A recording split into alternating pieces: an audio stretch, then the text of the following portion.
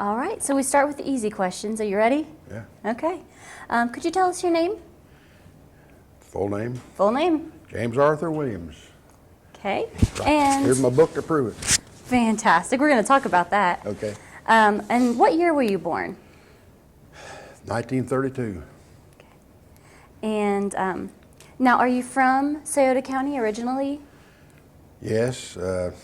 My folks all came out of eastern Kentucky and came across the river and settled here. And I was born out on Blue Run, east of Lucasville, April 2nd, 1932. I was a twin. And my twin had the umbilical cord wrapped around his neck and choked to death.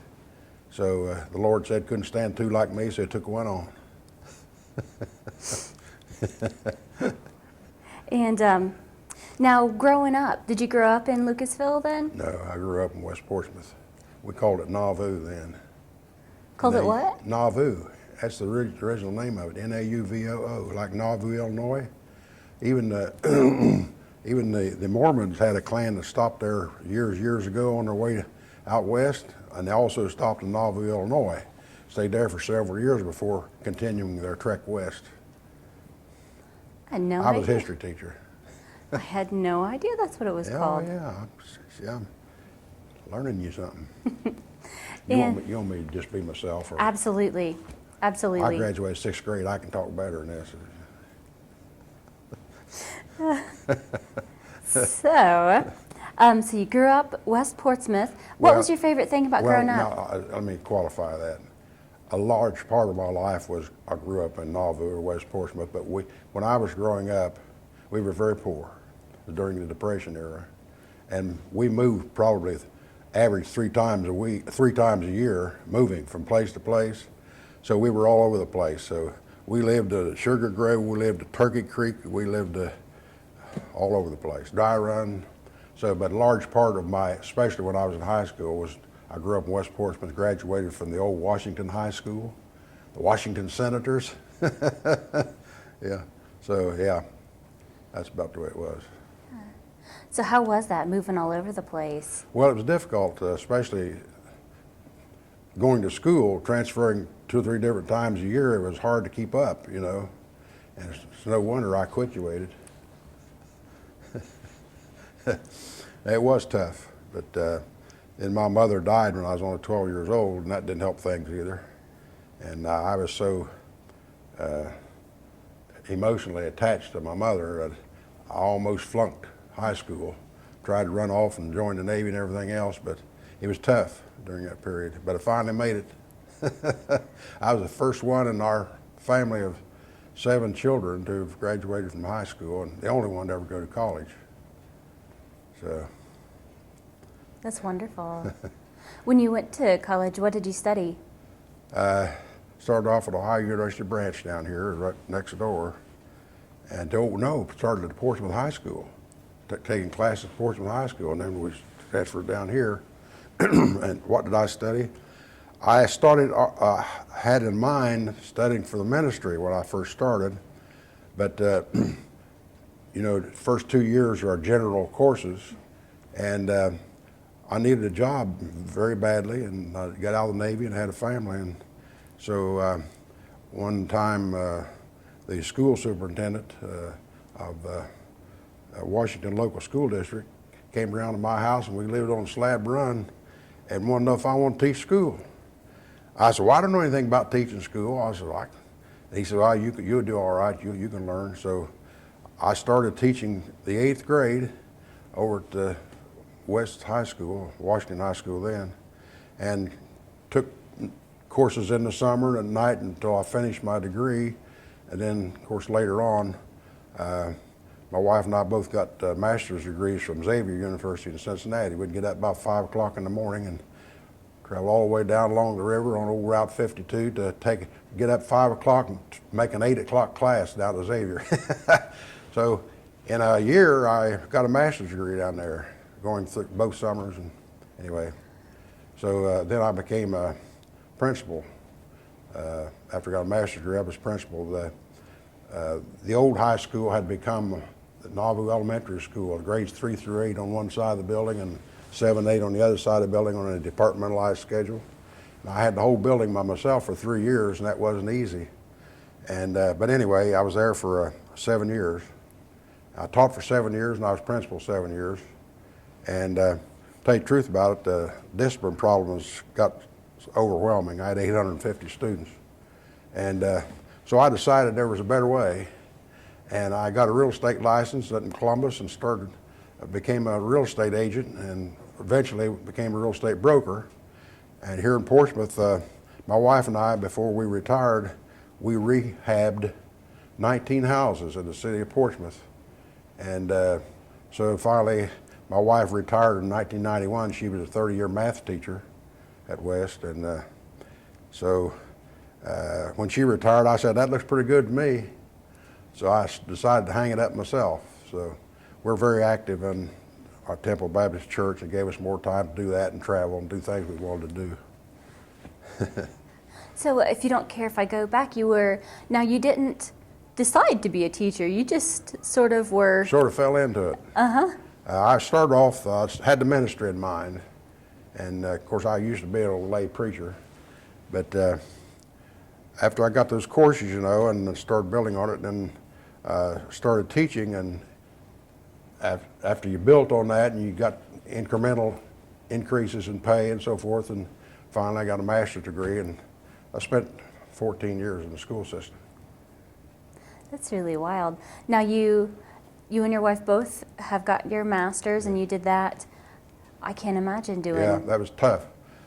Like I said, we went to night courses, and through the summer at Ohio University we got our BS's, and then we went to masters. And like I said, we'd get up early on Saturday morning, go down there, and through the summer. And she got a master's degree in school guidance counseling, and mine was in school administration and guidance counseling. I had a double major. So anyway, it was hard. We couldn't have done it without the help of our relatives. She had a sister named Ginger, and I had a sister named Timmy, and they watched our children while we were taking classes. And also I had a niece named Diane Cruitt. She helped a lot. And if it hadn't been for them, we couldn't have done it. But like I said, we come out of old rugged individualism out of Eastern Kentucky, so you just keep plodding along till you accomplish your goals. It's in my book. Now, then you went to do real estate. Yeah, I was in real estate for about 20 years. And I was a broker here in Portsmouth. I started working for a real estate broker named Ernie Kennard Real Estate. Ernie Kennard was my first cousin, so we grew up together. So it was just kind of logical that I get with him and start off. And then eventually I got my own real estate broker's license. I had a broker's office myself, but I started concentrating on buying and selling properties and renting properties. And so that's how we came to rehab 19 properties. And my wife she was a big help to me, because sometimes she'd teach all day at school and come over and help me in rehabbing a house. Of course, we had a good carpenter and handyman that did my kitchens and baths and stuff like that, but Joyce and I did a lot of painting. But we did well doing that. Yeah. The house we're living in right now at 2208 Grandview Avenue, I bought at auction, and we rehabbed that house. And we eventually, we lived in West Portsmouth, you know, about all of our school lives for 30-some years. And when I gave up the school business, and we decided I couldn't handle the big yard and all the work that went with it, weed eating, all that stuff. I had osteoarthritis in my back and so forth. And so we bought that house. I had it rented for 12 years. And after that, we decided we'll just move into it ourselves. So we moved them out, and I concreted my whole driveway and the whole backyard. So I have a little postage stamp front yard, and that's all there is to cut. And I hire somebody to do that. So I am retired. Fantastic. That's how I like yard work. It's just not. Well, I used to love to do this picture you've seen on the front of my book there. Mm-hmm. That was my front yard. That was my yard in West Portsmouth. We'll scan that when we leave, so have a good picture. That's my wife standing on the in the driveway there, not driveway, but the gravel path. And people used to stop their cars and admire our yard. And of course, that was back in the 90s. That's the late 90s when that picture was taken. But I couldn't do that anymore, so that's why we moved our renters out of 2208 Grandview, and we moved in, and then we rehabbed that house and made it into a very nice home. Mm-hmm. That's where we live now. So while you were teaching and then moving into real estate, what changes were you seeing happening in the community and in the area? Well, when I was going to high school, Portsmouth was about 50,000 population. I think Scioto County was probably 80, 90,000. And we saw it gradually go down. You know, we used to have a steel mill that employed about 6,000 people, and 2 or 3 shoe factories and the glass companies and all that stuff. And I witnessed all that, the Portsmouth area go down, down, down industrially, and I know you might say culturally. There used to be an opera house here. There was about 6 movie theaters. And in fact, one of the theaters in New Boston, called the Pan Theater, in the 50s and 60s, it was being used for a country music hall. And I've been singing ever since I was a little kid. It started in church, but I started singing country music. In fact, I even made a couple records. But anyway, I said, I'll just see how far my talents can take me. So I went up there and did an interview, and they let me start singing a hymn at hymn time. They had hymn time. Started singing that, and then eventually I started singing country music. Jim Reeves was my hero, and my voice was in a similar range as his, and of course he died in a fatal plane crash in 1963. And but I did a lot of his stuff, and he used to call me the poor man's Jim Reeves, or the singing school teacher. And one time there was Connie Smith used to have a program on WSAZ television out at Huntington, West Virginia. And she came down to Pan Theater one evening and sang in the same, didn't sing with her, but I was in the same program. And then she eventually went to Nashville, and she made big time. And she encouraged me to keep on singing, said someday you're going to get a break. So eventually I met a fella in Ashland, Kentucky. His name's Joe Hicks, and he had written a song called "The Flowers Still Bloom Every Year." And that's where the title of that song came from, because I tied it in with all the flowers I had in my yard. But anyway, I recorded a little song up there, "Flowers Still Bloom Every Year," and then there was a company in Cincinnati that I got with, and I recorded a song called "Everything That's Beautiful." And it played on local radio stations a while, and throughout the Southwest. It did pretty good.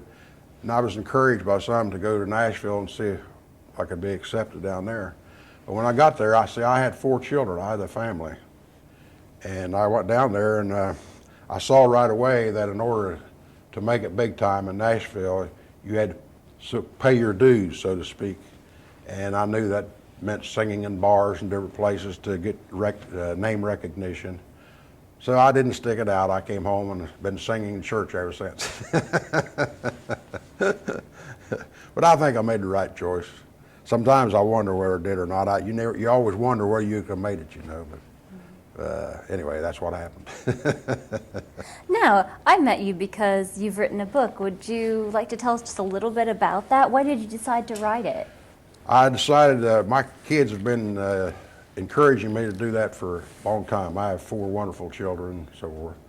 And and my other family members too. So we had been going to Florida every winter for several years, and one winter down there 5 or 6 years ago, I said, well, I believe I'll just see what I can do with this. So I started writing it, and it took me a period of 2 or 3 years off and on doing everything else to put it together. So this is the result. And there was a little Miami publishing company in Milford, Ohio, published this. It's self-published because she said a lot of family histories don't sell too well, and she said you'd probably be better self-publishing. So that's what I did. But I've been able to get quite a bit of my money back so far. I've sold over 60 books. You know, I had 100 printed, and I've sold over 60 of them, and they're still selling. And they can also be bought through the publishing company. But if you buy them through the publishing company, I only get 10%. If I sell them myself, I get all of it. So that just makes sense.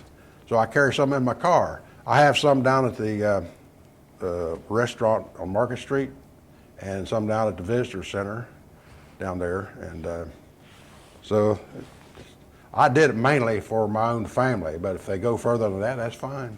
You know, a little money jingling in your pocket. I'm trying to get my investment back. That's all. Yeah, but if I don't, that's fine too. Mm. So, what sort of things did you write about in there?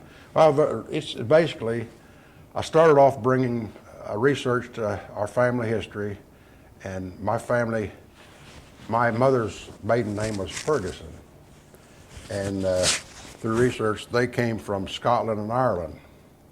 And William's side, my father, was Welsh. I mean, they came from Wales. And started back in the 1700s, you know, and researched, and they came over here, immigrated to eastern Kentucky. I think they settled in eastern Kentucky probably because the topography was much like they had come from over in Scotland and Wales and so forth. And so I tell the story in the book about their lives over there. My maternal grandparents, my maternal grandfather practiced law and medicine back in Kentucky. Of course, I'm sure the qualifications were not as stringent as they are today, but he did, and he also was a postmaster.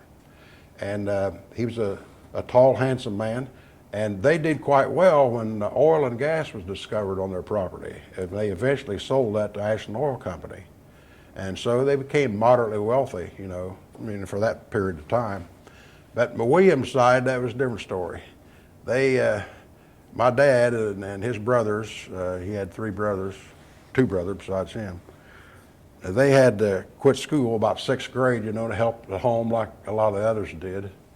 And they had little subsistence farms, you know, and they scratched out a living in those hills and hollers there. And one day, I don't know who made the decision, but some of them made a decision that they had heard that there was all kinds of work to be had in Portsmouth, Ohio, across the river. And there was at that time. My dad said if you wanted to work, you went to Portsmouth. So they made the decision to come across the river and settled at first. My brother was born up north of Lucasville there. The place doesn't come to mind right now, but then and that was in 1917. And when they first came across in 1917 and 18, that winter, my dad said that the river was frozen so solid they could drive horse and wagons across it. So anyway, in 1918, the flu epidemic, and several in my family died from the flu epidemic out back of Lucasville on Blue Run, where I was born. But I wasn't born then, that was before that. And so they decided after that, my grandfather, Clay Williams, decided to go back to Kentucky. So he called my aunt, one of my aunts and uncles, to the bedside. He says, go to Portsmouth and draw my money out of the bank over there, and I want you to go back to Kentucky and buy the old home place back and settle in there again. So they did, and then when my twin sisters, Wilma and Thelma, were born, and my sister Myrtle was born, and then from there they moved down to Ashland, Kentucky for a while and settled on 29th Street. And there was another sister, my sister Virginia, and she was a twin, and her twin died. But Virginia died. They were Virginia and Virgie. And Virgie died at birth. So, and Virginia's still living. She's 88 years old now. And so anyway, to make a long story short, for some reason, I suppose for work, Dad decided to move back across the river into Ohio. And he first settled in New Boston. And the steel mill was up there and so forth. And they'd rented a little apartment, and one of my older sisters told a story how my mother just was almost killed when she wasn't familiar with operating a gas stove, and she tried to gas it, and there were fumes built up in it, and it exploded and blew her clear across the kitchen. And anyway, she survived that, and then right after that, they moved back to the Blue Run area, and in 1932, that's when I was born. And so anyway, the rest of the book is more or less autobiographical of my own family. We continued, as this says on the back there, why the saga continues with my own generation, how we carried forth our values of our ancestors in Ohio, in Portsmouth. So we've lived around the Portsmouth area about all our lives. My wife was from Dry Run. She lived in Portsmouth. They moved to Dry Run when she was in 8th grade. They were poor people too, but I never saw two people love one another more than her parents did. I mean, her mother could go to town with her sisters for an hour or two, and her father would just walk the floor. He couldn't wait till she got back. And when she died, he said, "I don't want to live anymore," and he only lived about a year. So they were very close. Poor as Job's turkey, just like we were, you know, and lived on an old windswept house on top of a hill over there on Dry Run. And kids would crawl in and out of the windows and everything else, but if they had something to eat, you had something to eat. And if a wayfaring stranger came along, they'd feed him, you know. That was the kind of people they were. Well, when I came on leave from, well, I'm getting into another part of the story, but I came on leave from the Navy one time. I had the Korean War broke out June 25th, 1950.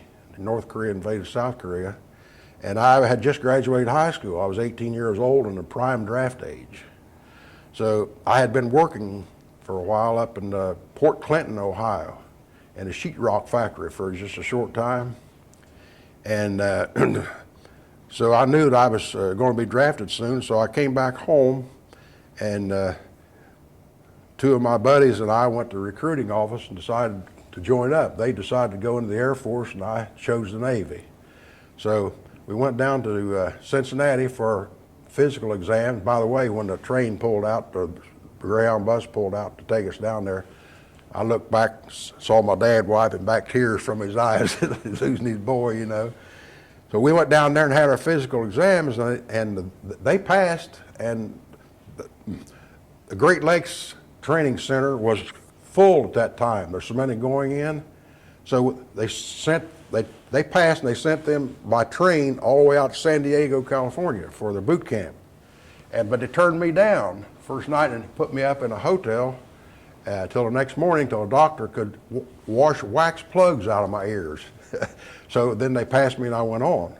And so they sent me by train out there. It took 4 days to go out there by train. I'd never been on a train before in my life, and it's all new to me. And so we got out and going along the coast of California, and I, for the first time, saw orange groves, and I was all big-eyed, you know, and then we saw that wide Pacific Ocean out there, and I said, boy, I tell you, America surely is a beautiful land from sea to shining sea. The first time I'd ever seen the ocean. I said, you mean to tell me that we have to sail out over that big pond there? So I went through boot camp, and because I was held up, am I talking too much here? No, you're fine. Because I had been held up for a day back in Cincinnati, I was put in company 166. And they had arrived a day earlier, and they were put in company 159.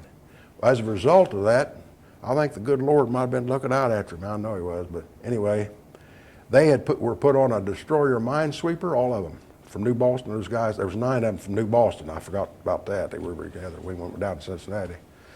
And as a result, one time they were patrolling the coast of North Korea, and shore batteries about blew them out of the water, and the ship was damaged so badly, and they lost about, I think it was 3 officers and 11 enlisted men or something. But my point is, because I arrived a day late, I was put on a different ship. I was put on a support vessel. It was a freshwater distilling tanker, because the reservoirs for the troops had been destroyed and knocked out over in Korea. And our job was our ship could held 3.5 million gallons of fresh water. We could make that water, but in order to save time, our captain went into the dock in Japan. In 3 days, we could fill it up and shorten the time. We'd make twice a month. We'd make trips over, patrolling along the coast of South Korea, and offload this fresh water onto South Korean water barges for the troops. And so that was a support vessel. We had guns on the ship and everything, but we weren't a combat vessel, see. So I'm saying that by happenstance or the good Lord, direction or whatever, I was put on different ships. So if I'd have been on that ship they were on, I might have been killed. But so anyway, while I was in the Navy 4 years, I was on 4 different ships. And I'd been on that ship, it was called the USS Pasig. P-A-S-I-G is named after a river in the Philippines. And after being on that ship for 16 months, we'd had a ship's party, a 3-section ship's party near an Air Force base.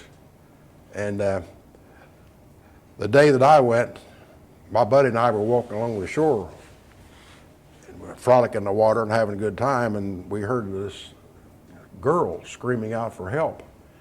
And there was a float about 50 yards out in the ocean there, and the tide was going out, and there was huge waves, you know. And this officer who had brought her, she was a singer in a USO nightclub in this little town in Mojiko, Japan. And this officer who had brought her to the ship's party had got tired and run off and left her. So he left her stranded out there, and she was screaming for somebody to help her. So I said to my buddy, I said, let's go see if we can help her. So we swam out there, but it was a struggle to get out there. But the time we got there, he said, I'm tired. I said, I got to go back. I'm not trying to make a hero out of myself, I'm just trying to tell a story. So anyway, when I got to her, she was semi-conscious. And and she just involuntarily threw her arms around me, and so tight I couldn't move my arms. So I made myself slither down out of her grasp, and so an idea came into my mind. I think this might have been from the Lord also that gave me the idea. I couldn't. This waves were carrying us out to sea, and I couldn't. With her in my arm, I couldn't struggle against those waves. So what I did when I slithered down out of her arms, I got an idea of I'd hold her with one arm, and I'd put my hand in the middle of her back, and I'd push her just as hard as I could. When one of those waves came over my shoulder toward the shore, I'd push her as hard as I could. It'd wash her about 3 feet, and then I'd swim to her and tread water and try to chock the wagon, you know. And anyway, make a long story short, I kept doing that until finally I got her in close enough to shore, and one of my buddies saw me, took her out of my arms, and my muscles were so tired and aching that I fell flat on my face. Somebody started to pick me up, and I said, no, leave me alone. It hurts, you know. And I said, let me lie here till I can recuperate. So I did, and we went a couple hours later. I was getting dressed, you know, and somebody said, hey, somebody wants to see you. And it was her. She'd been taken to this Air Force base, and boy, she'd been cleaned up and prettied up and lipsticked up and everything, you know. She was a pretty little thing. And she came running to me and jumped right astraddle of me and said, Jimmy's on, you saved my life. So anyway, I had intentions of going to see her the next night, you know, up to the USO club, but I didn't make it because the next morning, the captain of the ship called me up to his stateroom. Oh man, what have I done now? So he wanted me to tell him the story of what happened. So I related, you know, the story and told him basically what happened and forgot all about it. And then when I was sent back to the Great Lakes training, I told you I was sent from the ship after 16 months, and they sent me back to Great Lakes to go to school, machinist mate school for 14 weeks. So when I went back there and went through that school and was assigned to a different ship, and it was a troop carrier. You know, we carried about 3,000, 3,500 troops to Japan, Korea all the time, back and forth. So that was my next ship. Was called the USS General Mann. And when I got on there, lo and behold, my best buddy had been transferred to that ship. So we spent about 3 years together on 2 different ships. But when I got on there, I went down in the engine room. That's where I was assigned, you know, that's where I worked. And found out that I had passed the test for a 3rd class petty officer that I had tested for before I left my last ship, and I got that. And then there was a little rectangular box there, and I opened it up, and there was a medal in there attached to a green and white ribbon with no explanation whatsoever. I didn't know what was going on. So anyway, a couple of days later, we in the morning at 8 o'clock, you always muster up on deck with your division, and you have the flag raising, and they play the Star Spangled Banner and so forth, and you're at attention with your division and so forth. And all at once, the executive officer, who was second in command of the ship, walked down the road there, and he stopped right in front of me. Is your name Williams James A., machinist mate, third class? I said, yes, sir. What have I done now? And he said, step forward two paces, about face. And I was looking at the division. And he started reading this personal letter from the Secretary of the Navy. I mean, signed by the Secretary of the Navy.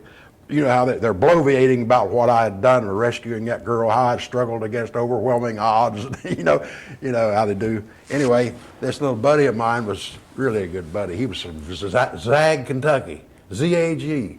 He said they zagged when they should have zigged. That's where it lived. And but anyway, I could hear him smirking behind me, because everywhere he'd see me after that, he'd holler, "Hey, hero!" Anyway, we were together on that ship for about a year, and then I got transferred to another troop carrier, a J.C. Breckenridge, for nearly a year. And there was some. Am I going too long here? No. There was one time we were making a crossing, going to Busan, Korea, is where we offloaded a lot of our troops, and there we had about 3,000, 3,500 troops on there. These guys were all, in combat gear and field packs and everything. And of course, 11 days going across the Pacific Ocean, you had to entertain yourself some way, and mostly it was card games and poker games and stuff like that. Big guys gambling. What are you going to do with their money? They're gambling away. Anyway, at night, up aboard topside of the ship, they had movies every night at 8 o'clock. Well, this was back in April of 1951. Get the time frame for race relations. And there was this colored guy, soldier, had been up to the movie. And the movie let out, and they had about 10 minutes left before lights out.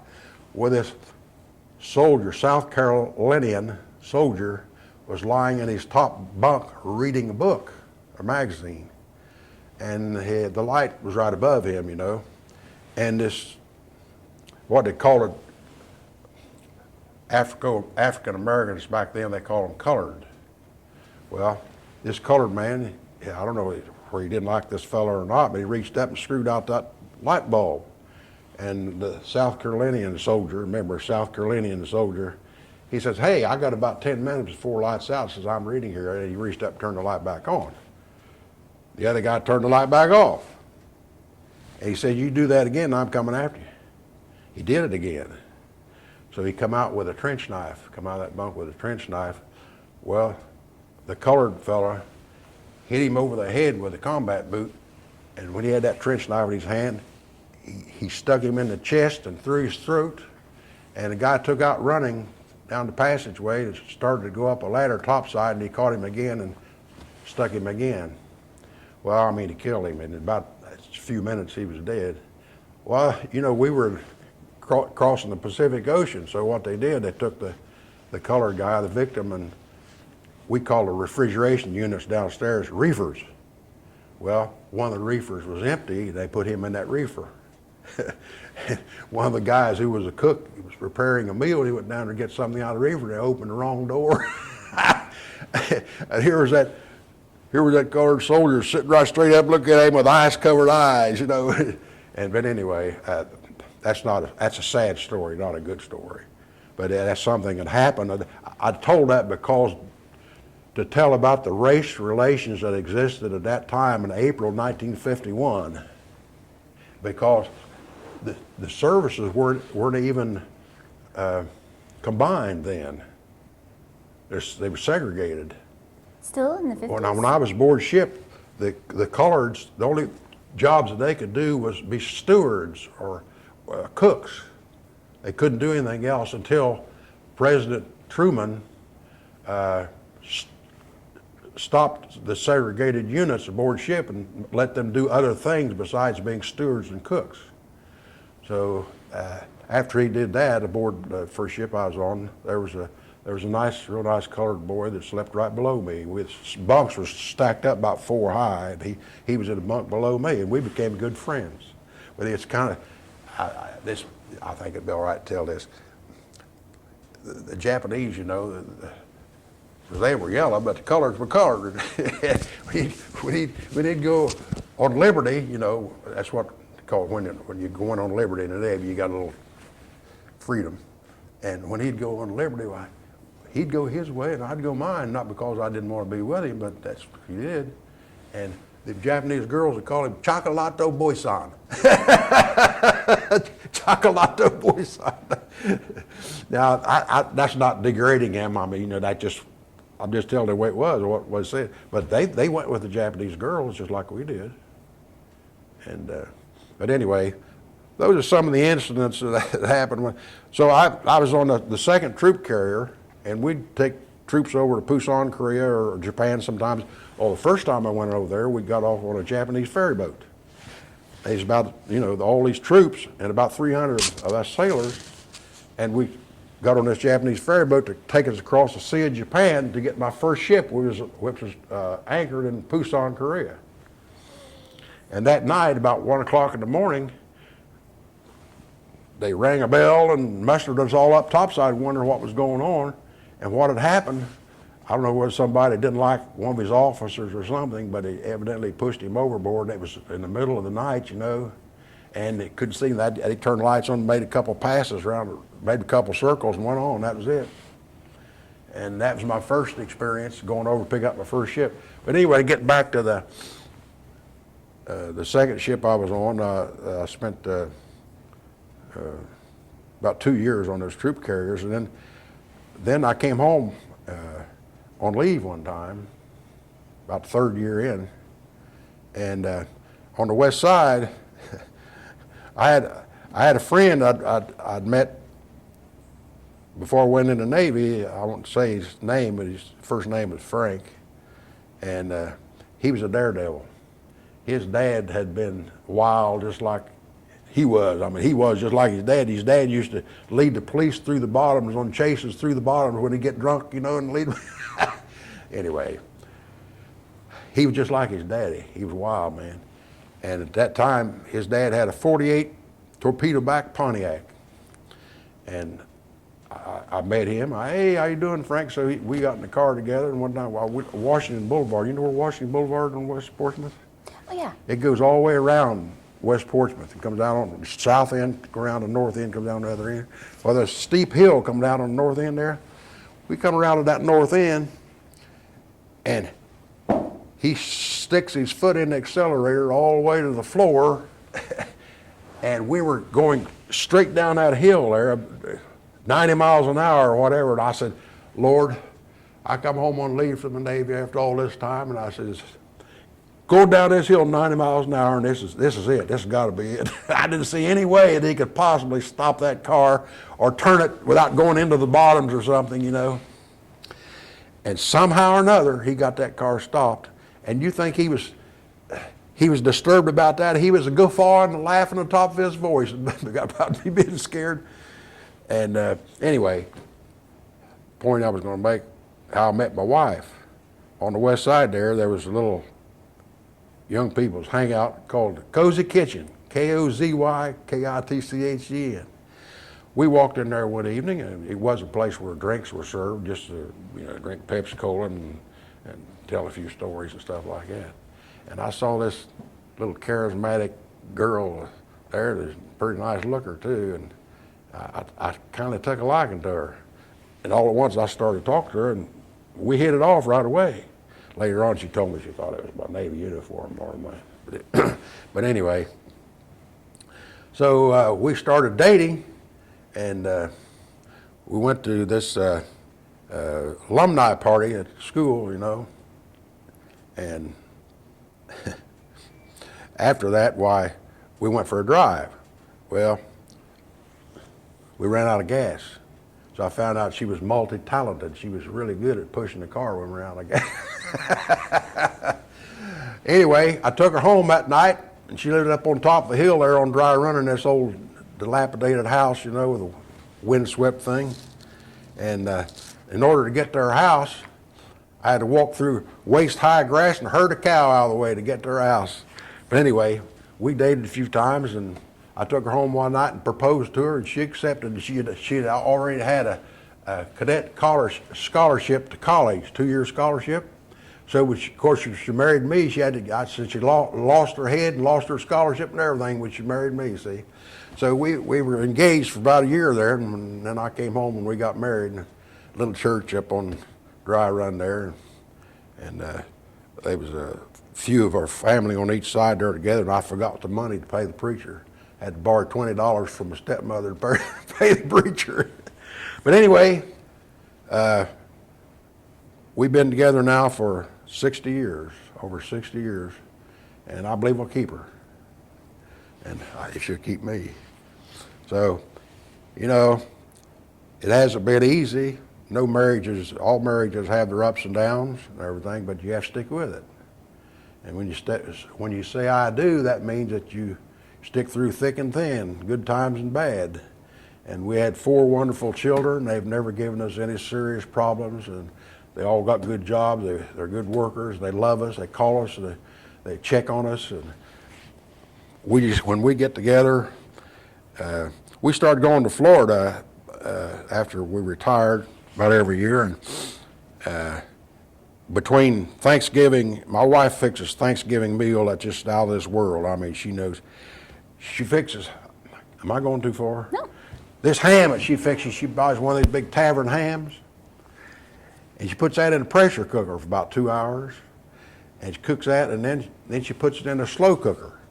And in that slow cooker, she rubs brown sugar down in that thing and puts crushed pineapple on it. This thing's coming up. Oh, yep, gonna want to plug that in. I don't know where it just came loose, I guess. Ah, probably. And anyway, we started going to Florida, you know, between Thanksgiving and Christmas. So we started calling it Thanksmas. So that's the best time in our lives when we all get together. And when we all get our bellies plumb full, you're about to bust. Well, we go down in the Shawnee Forest and pick us out a trail, and we start taking what we call our turkey trot. And, you know, tell some outlandish stories and enjoy the brisk fall air and everything, and then we'd come back and eat some of the delectable desserts. And then after they all gone home, you know, we'd start talking about what a good time we had with our family. And so we have a wonderful family. I kind of got off track there. What was I talking about? Anyway, like I said, we've been together for over 60 years, and I'm super proud of my family, and they're such wonderful kids, and we've had a good life. It's been hard at times, but we struggled, but just like our forefathers did. They struggled. They were rugged individualists, you know, and we inherited that desire to work hard to get to achieve your goals. My dad was like my dad. They were raised up in Kentucky in those hills. He wouldn't take. There was no welfare back then during the Depression anyway, but he wouldn't have taken it if there had been. You know, that's the way they were. But I'm not exactly like that, but we struggled hard to get where we are. But we done.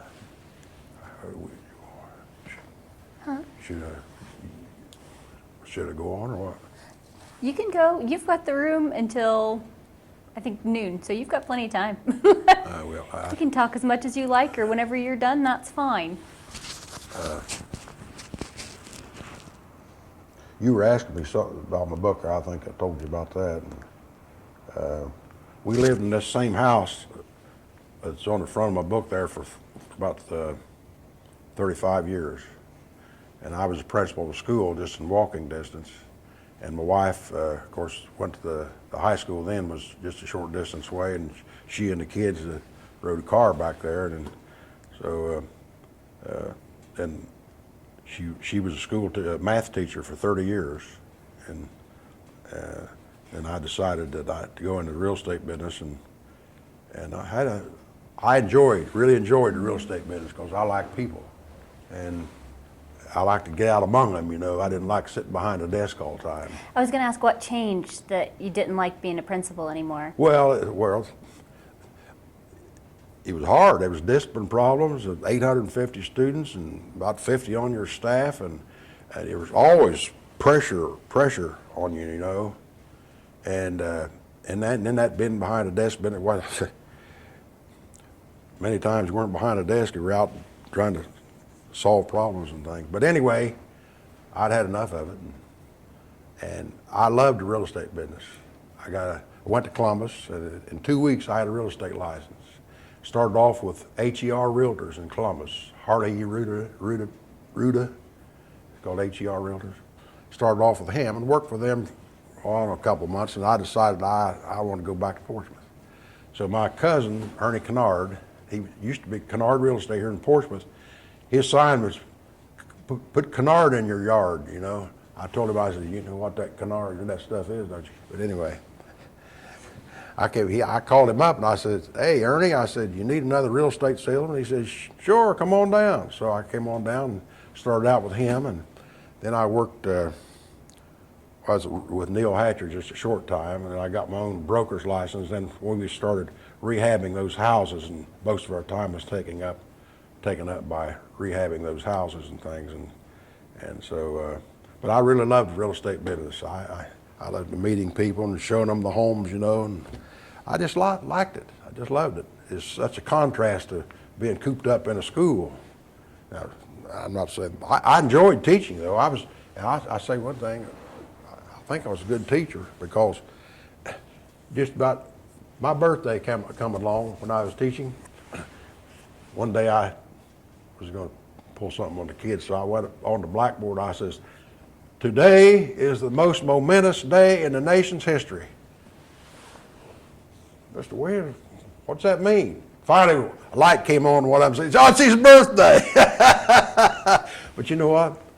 I must have been doing something right, because about every birthday or holiday, they get me gifts, all kinds of gifts. They get me shaving lotion and all kinds of stuff.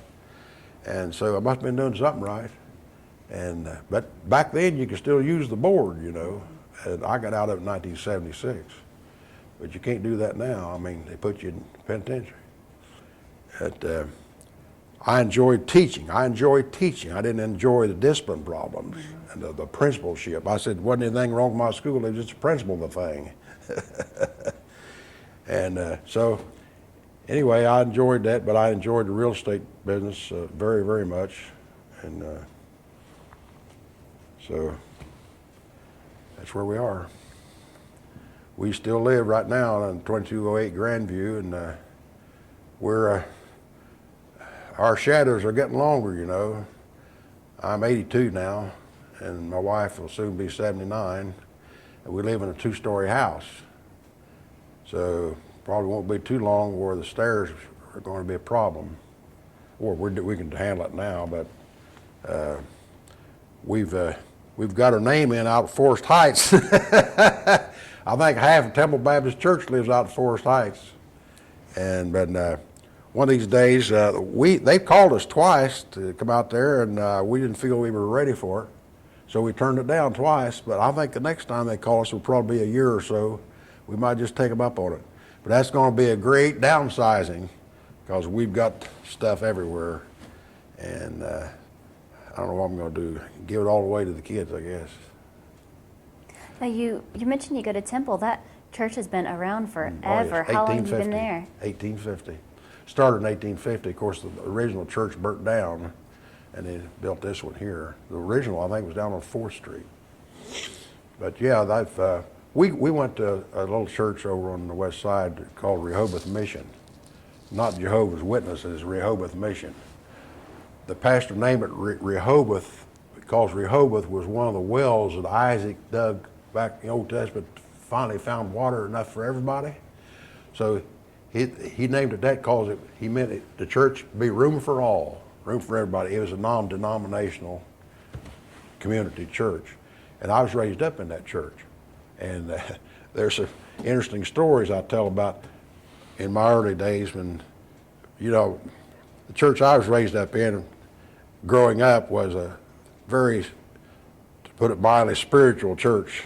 When they got happy, you know, they'd shout and sing and run the aisles and wave their hankies and all that stuff, you know, and they were good people, good people.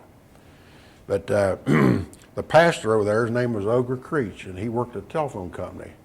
And he wouldn't go into business places and poles and repair the lines and stuff like that. And he was a big man.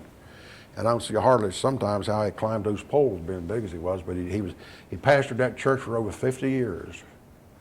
And eventually, he and his wife both got sick, and they both died in a Pike County nursing home. And but he was a fine man. But after he died, as happens many times, there was a little dissension in the church, you know, and some want to do this and some want to do that. And so that's when my wife and I decided to come over. We had gone to Temple Baptist in the early 60s for a couple of years, and then we went back over there. But we decided to come back over here, and we've joined in 1995. We've been members here since 1995. And it's a good church. Pastor Gowdy is really a good pastor. He's been there 25 years now. And there's some awfully good people. We've made some wonderful friends there to do anything in the world for you. If you get sick, they'll be checking on you. And it's a wonderful place to go to church. I know there's a lot of good churches, but I'm bragging on mine right now. And so that's more or less our life now. We are very active in our church, and we try to, as long as our health holds up, maybe go to Florida in the wintertime. We survived, you know, we were down there 3 months this past winter. You had such a hard winter here, and so we were down there for 3 months, and then my back got to hurting so bad I decided to come home and have an MRI and find out what's going on. And so we're getting better now, except for these colds we have. So that's pretty much of a synopsis of our lives up to now. Oh, thank you for coming in to talk. You're welcome. I appreciate enjoyed it. I enjoyed Good. it, yeah.